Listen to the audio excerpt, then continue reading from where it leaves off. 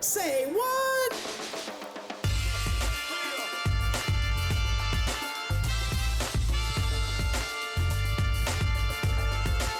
Hello and welcome back. It's time for Say What, where we hear from those connected to the industry about what is going on in our world of electrical apprenticeship. And yes, this does include the topics that you suggest to us, so please keep those coming.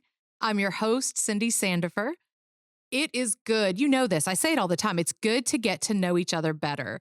And that makes moments like this, episodes like this, incredible for all of us. Today, we are chatting with Kennitha Wade, an instructor at the NECA-IBEW Electrical Training Center in Portland, Oregon. All right, so you know what? Let's talk about you.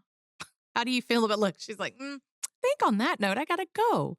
But I've had the privilege of, I'm trying to think, I likely met you, and right? Because I probably just more saw you at an EWMC conference. And then, so I've seen you at those. And then NTI, I feel like I've run into you there. But every time I see you, the first time I believe was at the EWMC conference in Denver, you were on a panel and we were talking about apprenticeship. And so you were Mhm. coming from an instructor perspective and your experience. And then I've seen you were on a panel, you just constantly doing things and sharing your knowledge and experience with folks. So I'm curious, I guess, about where did this all start? Like, how in the world did you find the electrical construction industry? Because it's fascinating to me how, the various ways that people get involved. Yeah. I think it's interesting because I knew in high school that I wanted to work in construction, but I didn't know anybody who worked in construction. And that was, I graduated high school in 2001. And, I was pushed to go to college to be a nurse. And even though I knew I liked construction, I wanted to work with my hands. I didn't mind getting dirty. There was no information about where to go and how to get in somewhere. So I didn't find the industry until I was 30 years old. And I tried from 18, 19. And back then that was when the internet was still sort of new. We were using Yahoo. You use Yahoo chat threads and, trying to find ways to get information, which is different. And so I didn't have any success trying to find a way in. I applied to a lot of entry level positions, material handler positions, and things like that. But again, without knowing anybody, it seemed like just a not really an option to get in. So when I was 30, I was having my second kid. I was unemployed and I went to the unemployment office and I seen a flyer for Oregon Tradeswomen, which is a pre-apprenticeship program here in Oregon. And I had heard about the trade. I had a friend who was actually an electrician, but she wasn't a very good spokesperson for the industry. And so, seeing that flyer for Oregon Tradeswomen, I went to one of their info sessions and participated in it and was like, sure, I'll sign up. I wasn't working.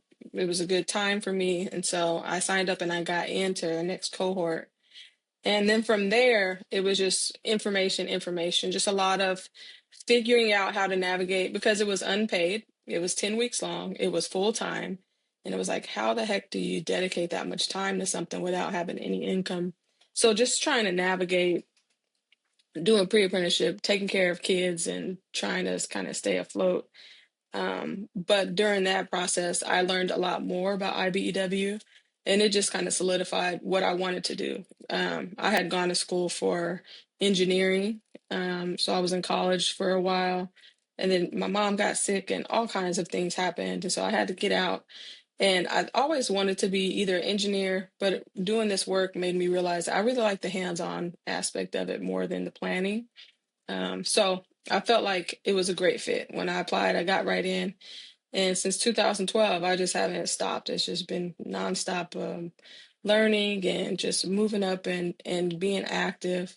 So that's how I found IBW. It was kind of by accident, just Yeah. random. Hmm. Right. Now, when you said, because you mentioned you always knew construction was something you Hmm. were interested in, was it a specific, was it electrical construction or just you knew you wanted to do construction work? I like working with tools. I like building things. I like puzzles. I like figuring out problems and just, doing stuff. I liked Mm. working with tools. My dad was a handyman.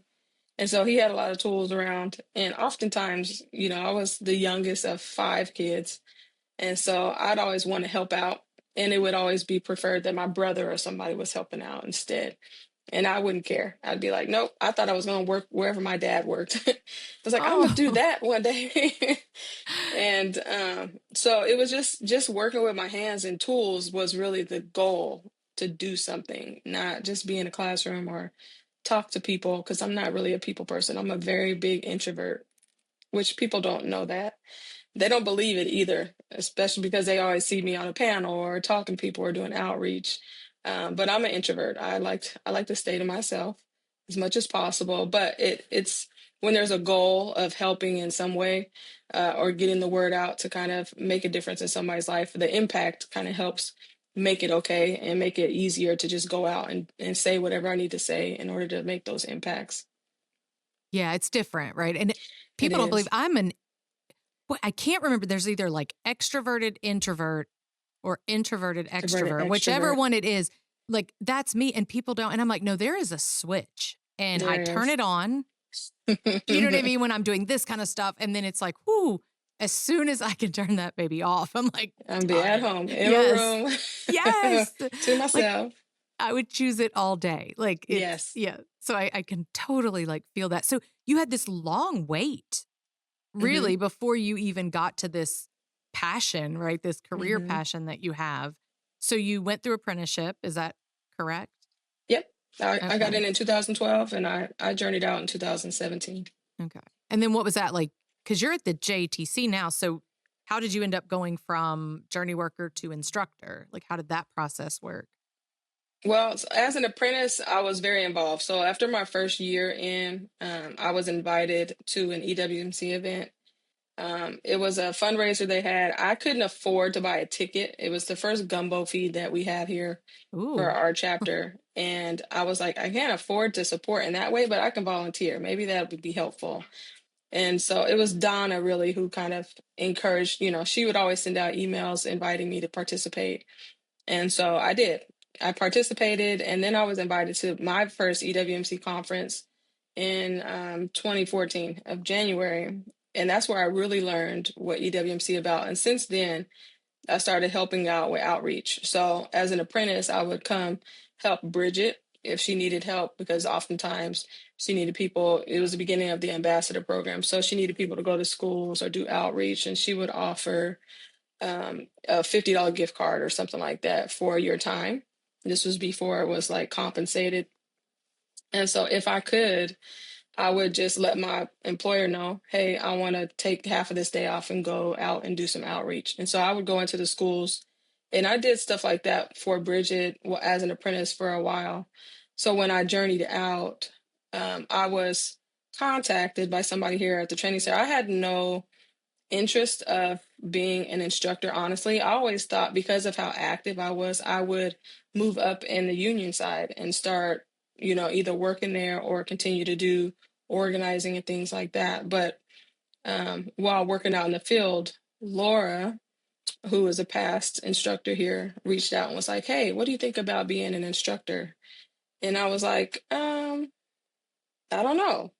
I'd never thought about it, Did your but it introvert was. antennas go up? You're like, what?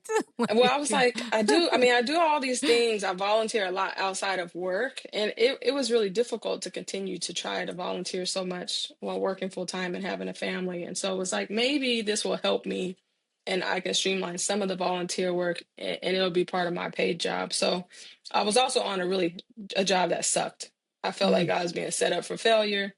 There were things left and right going wrong, and it was constantly something. I felt like I had too many jobs as one individual. So when she offered that position to me, I was like, well, if I find somebody to take my spot as a foreman in the field, then I'll do it. And I did.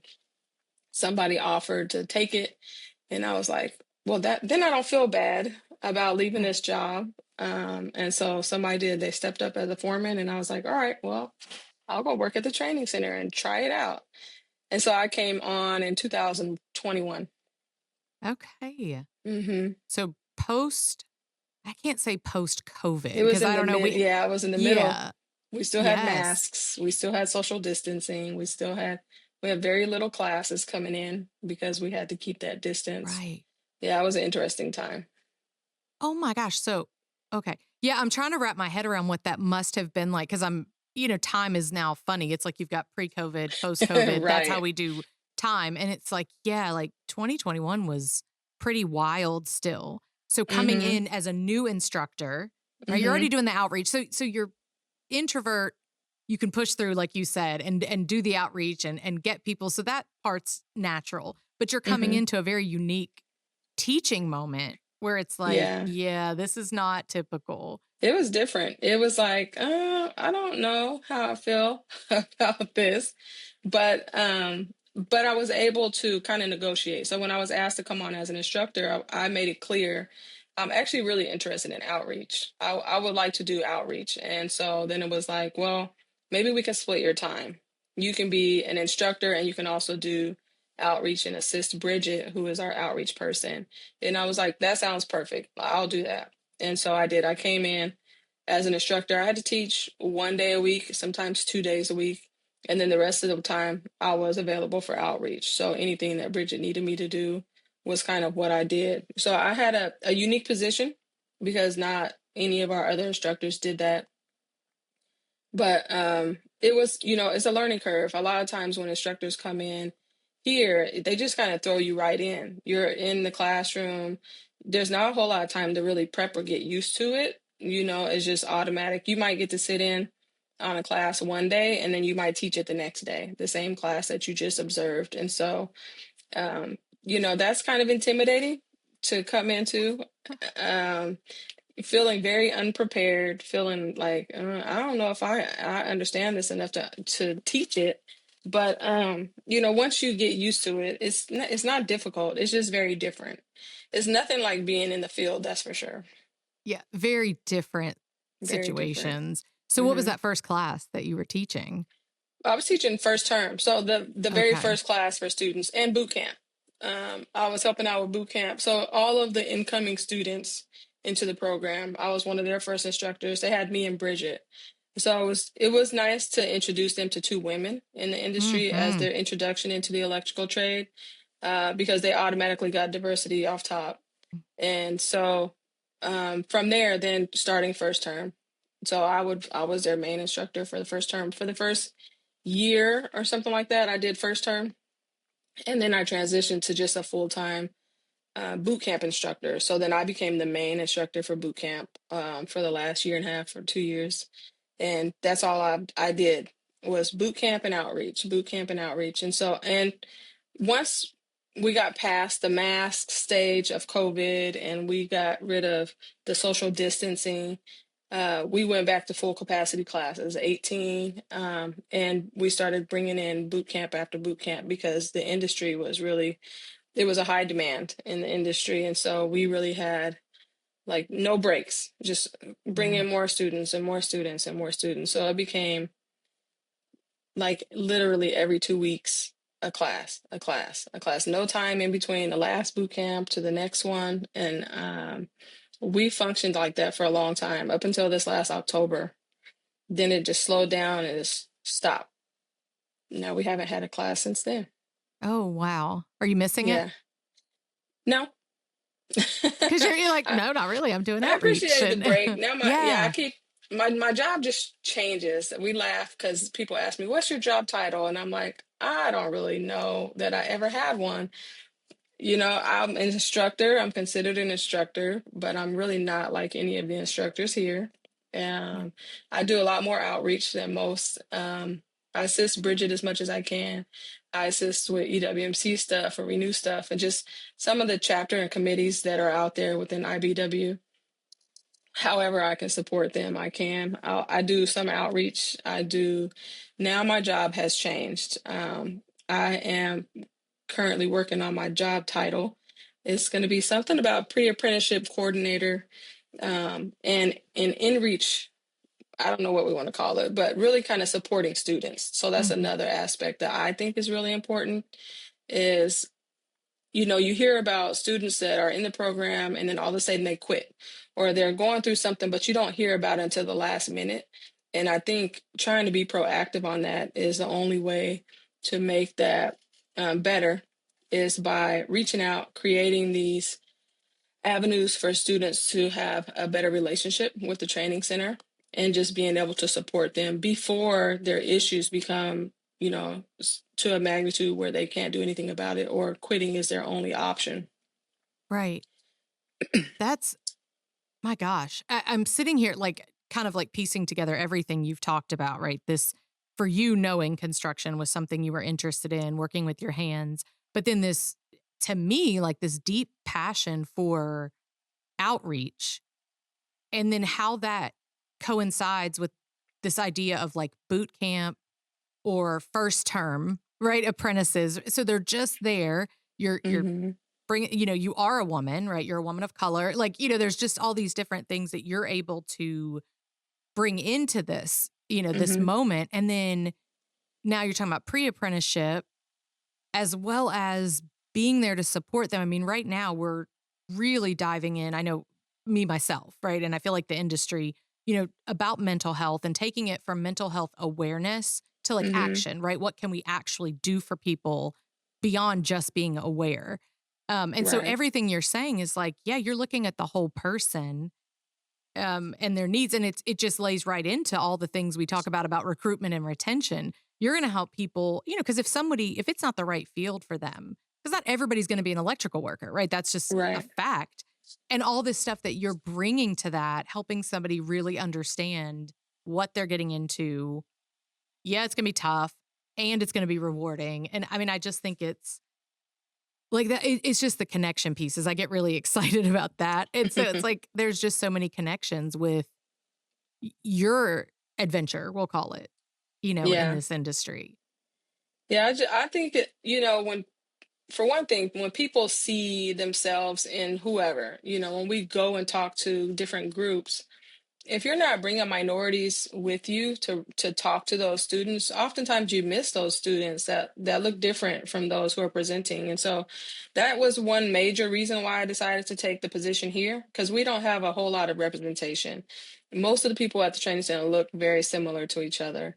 And so it was like, okay, well, I'm sure there are students who would appreciate a instructor, a person of color. Um, and we did have one instructor. He was a Hispanic male. He just recently retired. And we since then have grown. We've had a lot more women, but still not a whole lot of people of color, which is a little different. And so Mhm. there's a couple of us here now. We have another instructor who is Asian, and we have myself. And again, a lot more women than we had before I came on. But still, there's a piece. I understand my experience and what I've gone through, regardless if it was in this industry or before that, just in general in life. And so I understand when people tell me things, how it feels to go through some of those things, and I don't dismiss it. But when you haven't gone through some of those things and you hear those stories, sometimes you don't really, there's not a way for you to understand the connection, right? Because you didn't experience it. And a lot of people just don't understand enough to really have empathy for somebody who's gone through stuff. So I think, that's one thing that helps me connect with students, is just my own experience and sharing that. But I also like to just be honest about what the industry entails. It's not perfect by any means. It's not going to be a cakewalk. It's not, there's a lot expected of you.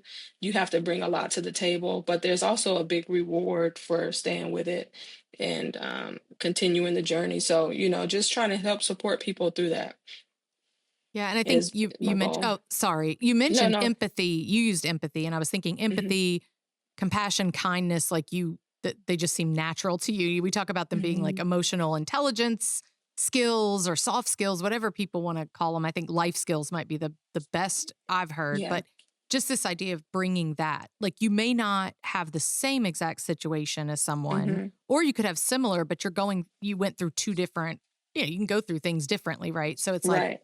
but I feel like you would, if you can't actually identify because you've been through it, you're going to take the time to put yourself in that moment with that person. And I think when we do Yeah. that, it takes it to a whole different level Hmm. of Yeah. conversation.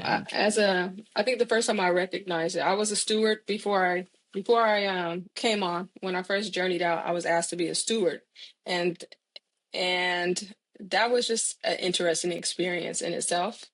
Um, but afterwards, for me, it was like noticing that the experience of people of color on the job is a lot different than anybody else. And some people would go to their steward who happened to be maybe a white male or white female and share, and they would be dismissed or felt like, not really heard or whatever. And it was like, I had this idea, and I tried to share this, and I think this is something that could be implemented, across the country really. But having a steward, making sure you have a steward who is a person of color for those members who I can identify with them, that they feel like when they tell them what's going on, that person can hear them versus being dismissed. Because I heard too often on a lot of other job sites outside of mine that that's how they felt. And so then they didn't feel comfortable enough to go tell somebody what they were going through because they were just being dismissed as if, what they were saying was they're just a crybaby or they're just being sensitive or they're whatever. And it's really not the case, At the same time, um, I think that same thing happens here at the training center, and not intentionally. I don't think anybody intentionally dismisses somebody, but you're unaware of the things you don't know because you haven't experienced them. Sometimes it's hard to believe that that's really the reality of a situation, but sometimes it's real. Hmm. And so I think that's just one thing I bring to the table. It's just my own experience. I've had a lot of good and bad experiences in this industry, but it hasn't driven me away from it. I feel like one thing I share is no matter where you work, you got to deal with BS. And you have to decide, do you want to deal with it for minimum wage or do you want to deal with it for an amount of money that's going to sustain a decent lifestyle? And so you've got to figure out how to, Hmm. you know, get past it and not let it be something that stops you from continuing to grow in your own creative aspects, whatever it is, regardless if you want to be an electrician or something else, Hmm. right? There's no job is perfect, and there's going to be something that comes up everywhere you go. I think that's such a good point. It's a bit of the grass is greener, but Mm-hmm. everything has its downfalls. Like I don't care how much you love the work you do, there's still some tasks that aren't your favorite. Mm-hmm. There's Right. usually some people that you may like them all in the let's go this perfect world. You like everyone, Yeah. but you probably don't enjoy working with everyone. Mm-hmm. Because of differences in the way you plan or organize or whatever it Right. is. Um, but I love what you said. So often, there's that if I can see it, I can be it, which would be a Mm-hmm. reason for representation, say in outreach or, leadership, instructors, all that. But then there's that other one that you're talking about where it's not if I see it, I can be it, but it's like I'm seeing someone that might be able to understand me, someone that's going to make me feel comfortable. And it's like they're really both important because we can recruit and do outreach Mm-hmm. all day and bring in all different types of folks, right? To make this beautiful brother and sisterhood what it is. But if you get there and you're not safe and cared for, right? Then do you stay? And it's kind of like you Right. said, you can experience this anywhere. So I'm not picking at our industry by any stretch, but just this Mm-hmm. idea of like making sure we've got folks in positions to be able to assist, and Right. make folks comfortable. I mean, really, like to feel like Mm-hmm. it's safe. Yeah, I think when I first got in, I would start getting messages from people I don't know all 1,200 of our students, but I would get messages or texts or calls from somebody who felt like they maybe identified or something, and they would reach out and ask me questions and for input and advice. And it was like, well, that's interesting because I thought I would more so get that from people that I've impacted in some way, people I've met, I've talked to, or whatever. But that wasn't the case. I would get them from random students who would be like, hey, so I have this question or this issue came up and I'm not sure what to do. And I'll share my advice and then I'll ask somebody else's advice and share that. But that happened quite a bit. And I was like, that's different. Does this happen? And it was like, no, we never hear about these things. And so that's kind of what made me, it was like, well, maybe I should focus more on the apprentices and reaching out instead of waiting for apprentices to quit the program and wonder why they're quitting. Maybe I can work on building relationships and making them feel comfortable enough to come to us in their time of crisis before they feel like they have to quit. And we can come up with a solution or come up with something that might help them instead of making them try to navigate it themselves. Because when you don't come from this industry and you don't have any family or you don't have anybody you can talk to get advice from, how do you move forward when you feel like you're stuck, right? And so that's one reason I push EWMC the most, because I think that's a big reason why I am still here, is because of the support I got through EWMC while navigating some of those difficult situations. But also, just reminding people that that's your safe space. Go to the EWMC. There are Mhm. people who understand. There are people who care. To me, the EWMC is like the heart of the IBEW, and you don't understand it unless you go and you see for yourself. And so I really encourage people to do that. But also for those who don't want to maybe go there, I still try to offer a safe space for them as much as I can Right. while getting my job done, of course. Yes, of course. But I mean, to me, that's a huge factor because Yeah. regardless of introvert, antisocial, whatever we might want to call it, like we need each other. There is Mhm. the most reclusive of us still needs Mhm. others. And Yeah. so to be able to build together, right? Mhm. To work to I mean, that's what we do, right? You would think in the electrical construction industry, it's not a one person show. You're not Mm-mm. gonna ground up any kind of structure without more than one person. And so Right. it's just, it seems like it should be evident, but it's not always, and Yeah. recognizing like we call it a brother and sisterhood, which, family's interesting, right? When we start using familiar Yes. terms, but there's, a beauty in that also, Mhm. right? And we can use all the cliches, but I think with you pointing out the EWMC, I can tell as someone who's not from the industry in the sense of like working in the field, but been a part Mhm. of the industry since birth because of family. You walk into an EWMC event and you immediately like are supposed to be there. Like there is Mhm. no question that you are supposed like everybody is welcome. And I think Mhm. to your point, that's why what makes it so special for those Mhm. coming in is like, wow, you can really understand what this is supposed to be, right? What we are, who Right. we are. And I think it's beautiful that we have something like that. Yeah. And then creating that moment where you are, which is what you're doing. You're saying, Mhm. okay, I'm bringing that, all the goodness of that here to the Mhm. JTC for these apprentices, again, because some people are going to have reasons to leave. It again may not be for them, Right. whatever, but others, like you said, if they just had somebody, to Right. get them through this tough moment, then they may come out to be, who knows, right? Who knows where they end up, you Mhm. know? Yeah. I know, one of the hard things I faced on a job, there was a time where I questioned. I was like, I don't know if I want to keep coming back. Like, not because I love the work. It's more so the people.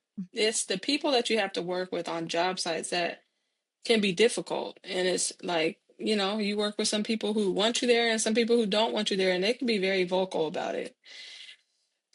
And there was an incident where somebody defaced the ladder that I was using at work, and they put the N word on it when I went to break. And I came back and it's very clear, on my ladder. It's like, wow, what did I do to make somebody write this on my ladder? And the response to it, from the contractor was more so checking the box. Oh, we're going to do this and we're going to do that. But nothing was ever done. And I honestly never felt like there was really much that could be done, because how do you figure out who did it? Nobody's going to confess. But it was what happened after. The next day I'd go to work and I'd go to break and somebody would take my ladder and hide it somewhere on the job site. Then I'd spend 15 minutes tracking it down to find it so I can keep working. And that happened a few times. And that was more of like, okay, now what do I do in this situation? Now it's just becoming to a point where now you're making me look slow. You make me look like an unproductive worker. All I'm trying to do is work. I'm not doing anything inappropriate. I don't bother people. Why do I want to keep putting myself in this situation? And, there was a good support that came from the hall. Like, what do you want us to do? We can try to do this. And it was like, there's not much that can be done. I just wish stuff like this didn't happen, because what is somebody getting out of it? And for other people to see, there's some people who would see me and think, oh yeah, she's wasting time. We came back from break 15 minutes ago. What is she doing walking around the building? Well, somebody took my ladder and hid it. I don't know what to do unless I'm taking the ladder with me to break. I don't know what else to do. It's there with my stuff and it's gone when I come back. And so you know, talking to the EWMC, reporting it to the EWMC, reporting it to the training center and to the hall, and just hearing people's feedback. It made people mad, but it also brought a realization to some people of what is happening out there, that it's not peaches and cream. There's nothing that I could do about it. It's just something I had to get through. And I knew that once I got away from that job site, it probably wouldn't be like that. And I never had that experience again. I had other experiences, but still realizing that, not all jobs are going to last forever. Not all situations are permanent. This is not how the IBEW is. This is not what it's going to be like on every construction site, but it might be on some construction sites. And it's how you deal with it that, in the end determines what's going to happen. And so just kind of sticking with it. Some days I'd be like, I don't want to go to work today because I didn't know what I was going to deal with. But once I got onto another job site, then that whole situation was out of my head and it wasn't something that I had to focus on. But while being there, it was difficult. Like, I don't know what's going to happen today. I don't know what's going to happen tomorrow, always wondering when is the next thing and having to really pay attention to stuff in a different way rather than just focus on the work was annoying more than anything. But I share that experience with people just so they know it's not going to be perfect. And sometimes there is no solution to what you have to deal with. You just got to get through it. But again, the reward has been great because I've been able to provide for my family regardless of what has happened. So, that part is always nice. But just having a safe space to talk about that stuff and for somebody to understand what it's like to deal with it versus just saying, all you're doing is complaining. Because that's Yeah. what a lot of people do. And Right. so I just try not to do that to people. But you know, again, there are so many different situations that come up for people that I don't always have an answer to Right. what somebody can do, but I just encourage people to stick with it. Well, you had I'm seeing like two different things, but you have this super important wisdom that I'm sure you impart to others. This is not this is not how the IBW wants to be. This is not, it's like, Mhm.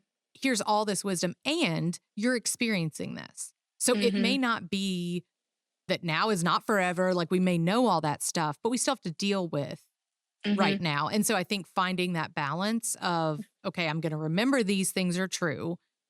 And I'm also going to realize this is not okay, that this is Right. happening on any job site. I mean, what year are we in? And so, Right. which I won't, I'll get stuck on a soapbox. So you don't want that. Nobody wants that. But it's just like the culture. And I think Mhm. and when I say culture, I always define it as the norm, right? Mhm. So whatever people may come to their mind when you say culture, let's think of it as the norm. And it's like, yes, there was a time that that's what we did was we hazed and we, wouldn't have labeled it bullying, but that's what we did, right? To the new person, even when the job sites were white men and that's it, these things were Mhm. happening. Mhm. And it's like, okay, but as we grow, evolve, learn, then we have to change that because some things that were the standard are not anymore. Just like safety. We use this example all the time, right? There was a time people didn't wear safety hats, safety Mhm. gloves, safety glasses. In fact, you were made fun of, right? If you Right. came in your gear, it was like, oh, you Yes. scared today? You scared? Uh, Well, now you don't do that, right? Now right. it's like, no, you won't work if you Mhm. don't have on the right gear. And so to me, Right. it's right. It's now we're talking about people, we're talking about safety. Mhm.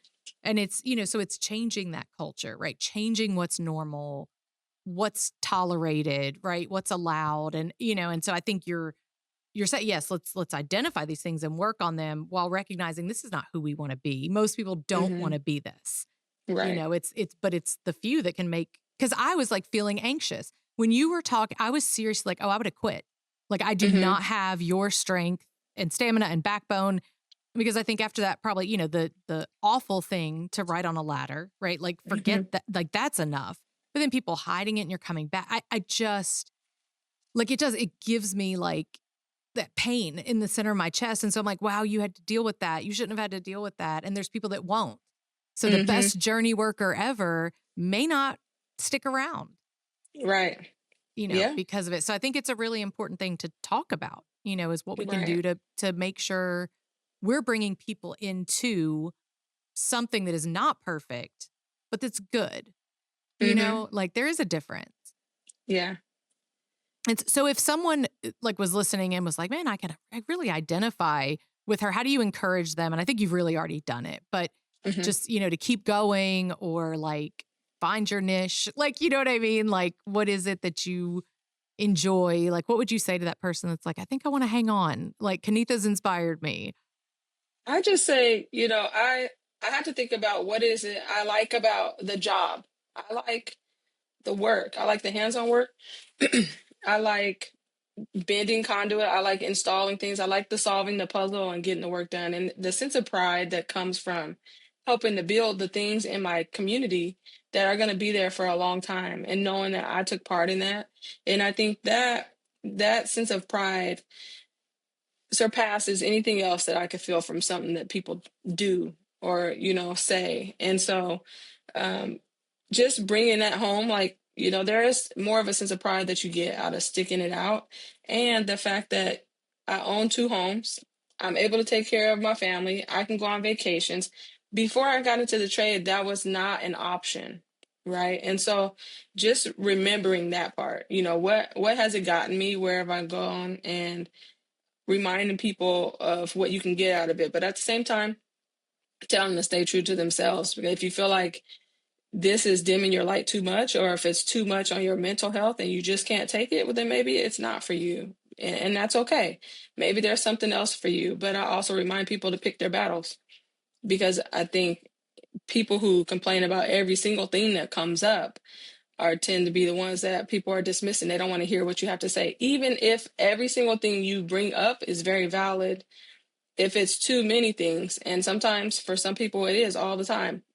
Every week in my life there's something major going on, and I just don't talk about it, because I don't know if people believe me. That some of the stuff they're like, I can't believe that you deal with that. And I'm like, this has been my entire life. This is just what I'm used to. This is the norm for me, but it's not the norm for most people.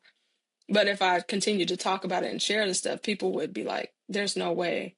There's no way one person could deal with that much stuff. Well, there is. And it's just how life is cut for some people. But I have to pick out which parts I want to share, so that the most relevant things are what is addressed and what is shared. And people can kind of navigate through that and help you through it, versus talking about every single thing that happens on a job and every single comment somebody makes and every single this, because then it just sounds like somebody who's complaining.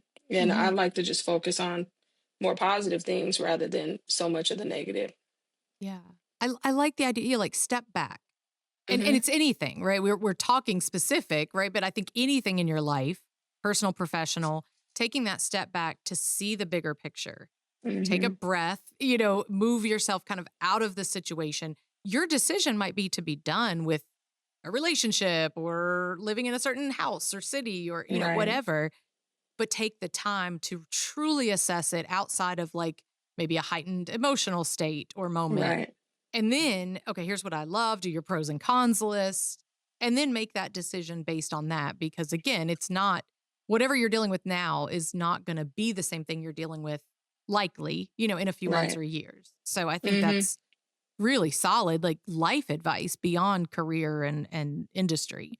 Hmm. Um, so outreach is your passion. I kind of want to end with this one because it is something you care about. And I didn't even realize how much you thrive, in Hmm. that environment. But if folks are listening and they maybe help with recruitment, retention, outreach at their JTC, uh, what's your best advice to them as they're trying to reach the next generation of electrical workers? Like how do they go about it?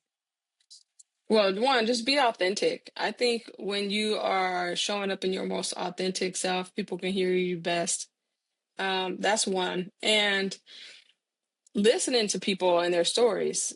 When I go talk to students in high schools, oftentimes it's most of the time it's me just sharing information, but I oftentimes take a moment to ask them about themselves, because if I'm sharing with this class of 30 students, not everybody in there cares about hands-on work or math or puzzles, right? So let me check in. How many of these folks in here have done this or have done that, or what are you thinking about for your next steps, or trying to find things that they're interested in and then somehow bringing that into how that can tie into this industry or what they might get out of it, or at least encouraging them to kind of think outside of the box. Mhm. Just being authentic. Not, I don't go in with an idea that I'm going to bring everybody into this industry. Nope, I'm just going to share my experience. My experience from sitting in your seat as a student, my experience after high school of trying to figure out what it is that I like and want to do, and then finding this industry where that felt like home.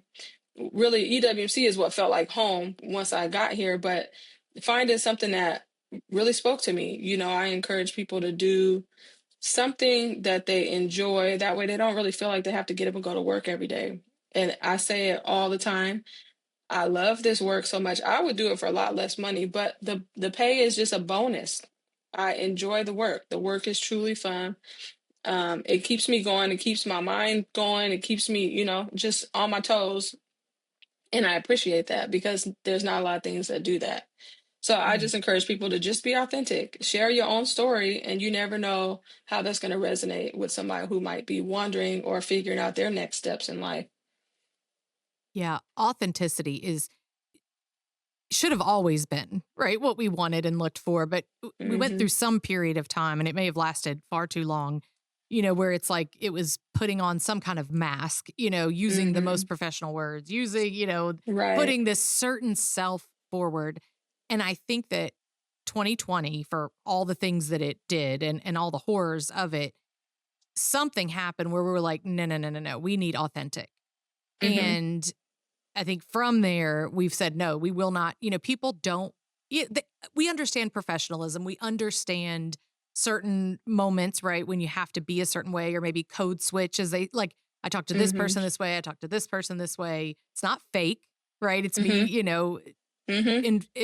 adjusting to the environment.